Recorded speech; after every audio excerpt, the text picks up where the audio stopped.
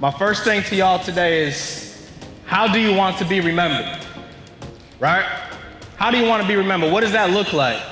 You know, I remember when I was in the 12th grade in high school in Central in Rhode Island, and I walking up this hallway. The hallway was longer than usual. And I remember going up to room 305, Miss Boudreaux, history teacher. And I remember, y'all, I used to be in school, so when I was a school, man, when I was in the cafeteria, when I was in the cafeteria, y'all, I'll be posted, right? I'll be posted sitting there, and I see the ladies walk by. And I'll be looking at her, I'll be like, hey, shorty, psst, yo, yo, yo, I need your number. And homegirl would look at me and be like, boy, what? My number? And I'll be like, yeah, I need your number, like your lunch number, because I need to eat. I didn't eat last night. And she would look at me and be like, boy, you better go get somebody else's number because you ain't getting my number. I need to eat. And I remember my favorite meal was the spicy chicken sandwich. And I used to get those ruffled chips and the pineapple Tropicana. And I used to sit there and I used to eat it, man. But I remember, y'all, when I went to Miss Boudreaux in room 305 at Central High School in Rhode Island. And I went up to her and I said, Miss, what's up? Please tell me I passed.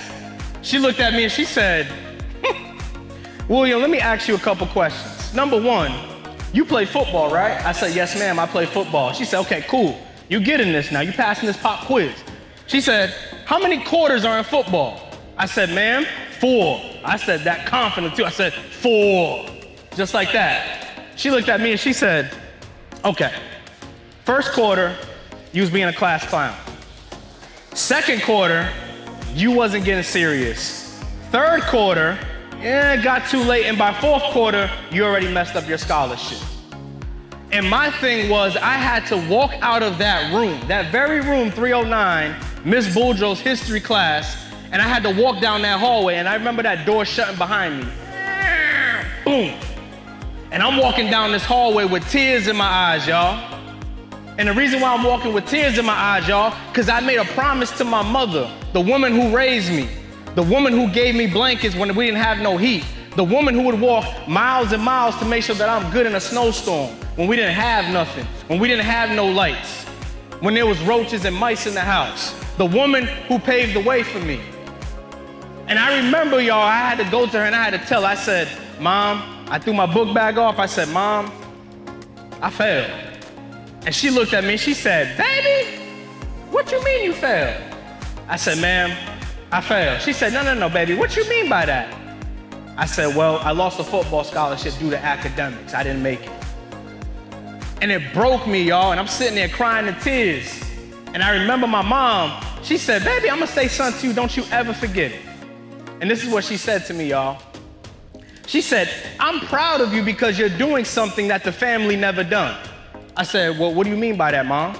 She said, I'm proud of you because I dropped out in 12th grade in high school because I was getting bullied. I was like, oh. She said, baby, you're doing something that I never did. You're doing something that your dad never did. You're doing something that your grandfather didn't even do. You even did something that your grandmother didn't do, graduating. She said, long as you graduating, that's all I care about, baby. And I remember looking my mom in the face with them tears coming down my eyes. I said, Mom, are you serious right now? She said, yeah.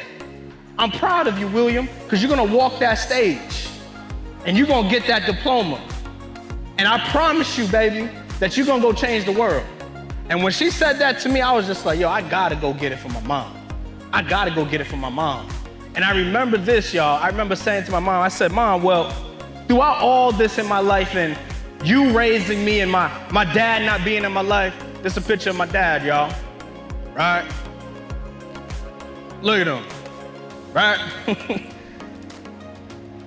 See, I asked my mom, I said, Mom, through all this that happened, where was my dad? Where was my man's at? And she was like, baby, I don't want to tell you because I don't want you to get mad at him. I don't want you to be envious of him. I said, Mom, that's not the point. The point is I need to know where my father was. And I remember she told me, she said, baby, your dad was irresponsible. Your dad was out there chasing women. Your dad was out there, didn't even care about you. Better yet, baby, when we was in the hospital, I had to get an emergency C-section. Your dad was nowhere to be found.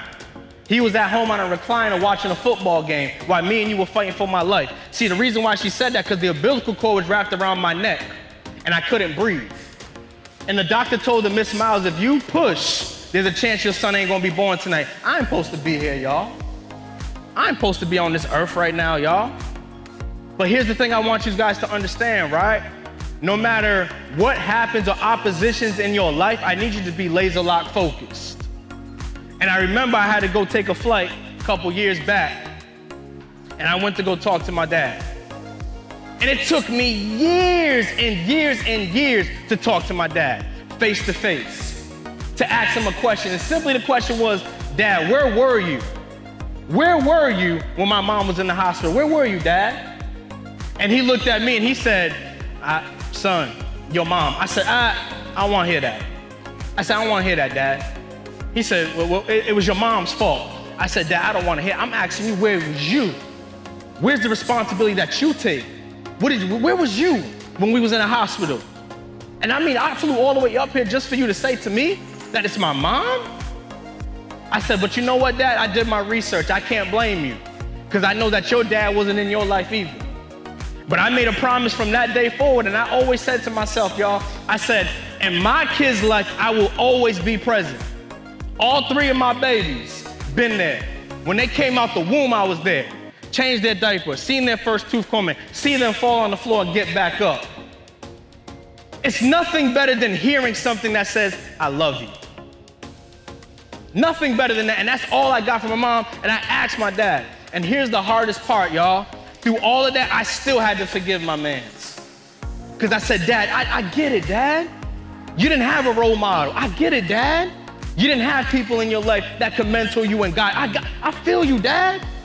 But the true fact of the matter is this: you made those mistakes, but I'm not gonna make those mistakes in the legacy, in the Winfield legacy. I'm not gonna do it.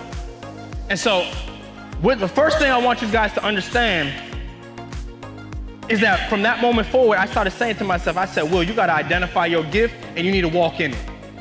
Because here's the thing, and I wanna help y'all today. People who are not doing nothing always want you to do nothing with them.